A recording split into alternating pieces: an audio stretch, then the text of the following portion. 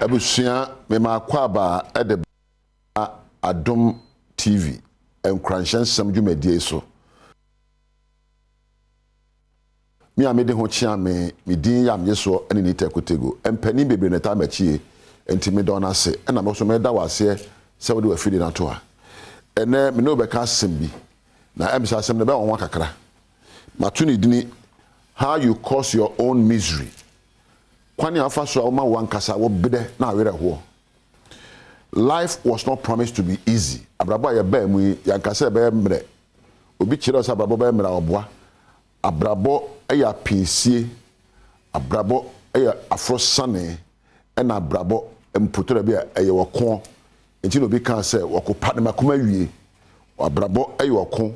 Oko a ejina wo ne enema bi animu a ese obunkam so. Empo ukan twere konkron no a Yesu ka kire chitafo say I've told you these things ma ka kire mu wenom so that in me you may have peace. Na wanya asomdwo mu in this world you will have trouble. Ewiase amobanya mane bebre. Wo se me bo akokan John ehoma no etredu nsia chichemaduasa miensa.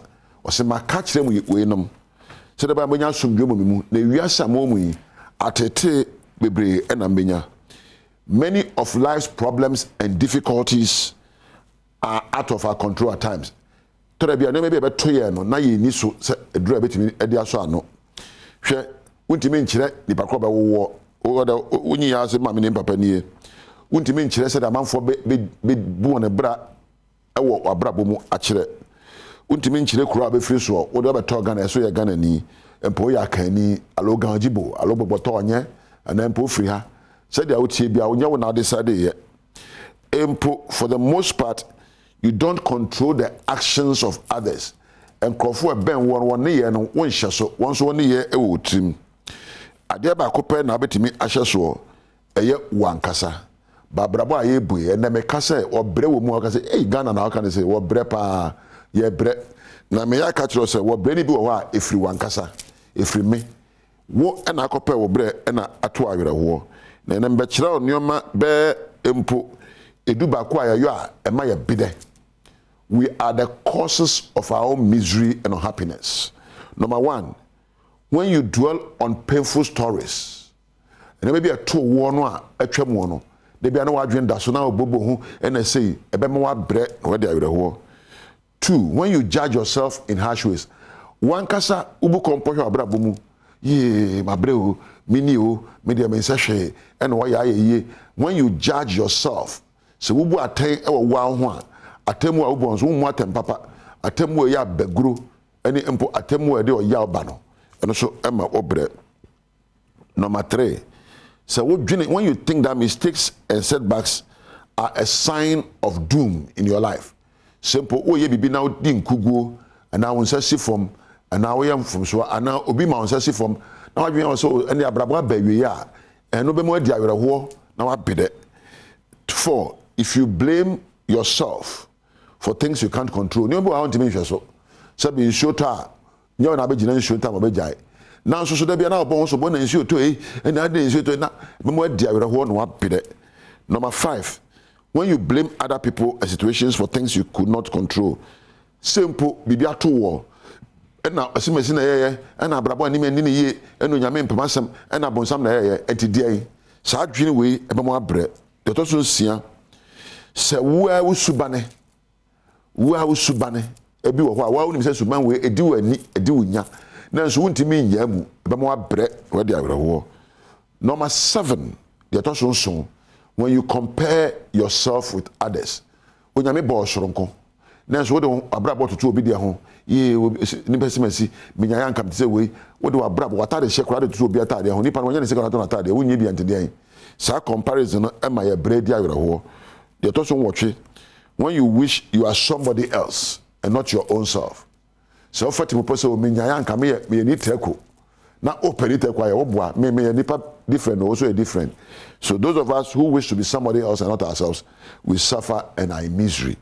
De to so nkono nyoma ye de dua wo mu no a enko ye na aya adwendwen to so no so wan sekra mu a when you fail to change your belief systems gidie bi wo ho a eda wa adwen po so wo de no na agidi obi o se manye agidi odigi mema de onye munsanfo gidi na wo de no na da wadwen proso nti wo hia ma manye obebide no de awerho to so edu thinking that you have to do it all yourself wo de wiasa ba me na metima me age man me na meje ade nyina ayo me mpe boafo wo dwene sa no a obre na de awerho kura no allowing just any thoughts to take station in your mind adwene bia wo wiase bia no ma na agi hini o wa adwene ponso obe ebre ena me no be chance aka de edi kan creating and dwelling upon painful inner stories and someone etwa mu a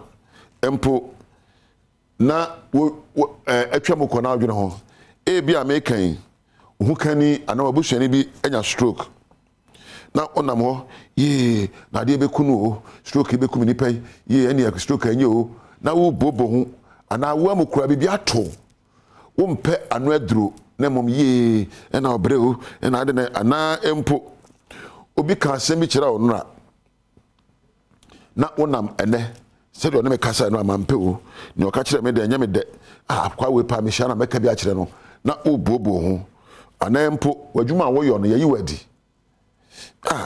me penny in permission me penny ye ni papa ana ware awo mu mpo no okuruso mpa obiom ye na me fa hini o na wo bobo hu enwinwi hu eto na sesem otim de na me yoye e ba ne sen aden na wagya me aden na me nsesi fom aden na onipa simese yare wato no sa ebobo edie ni adwene ho a wodwere no e ba ma oyem achew ana empo wadi awerho.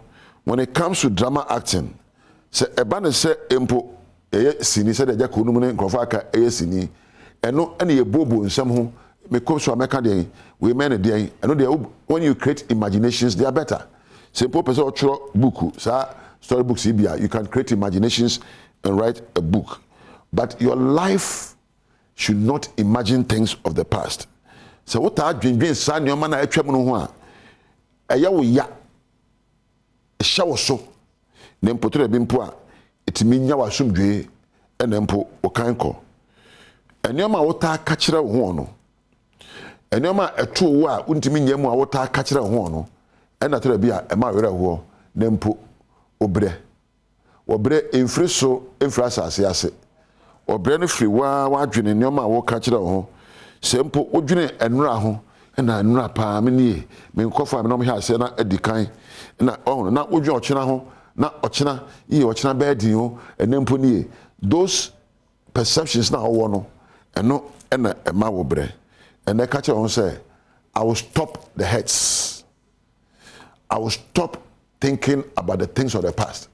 Me jai say me dwene nyoma atwam ho ayi ni mfuni o ma dwene so empo me jai say me de ma dwene eto nyoma etete me so na mo ma pekwane a me pesa nyoma na anu aduro me nya bi mpo a me pa obi aka me ho ne to na mo ntuo atete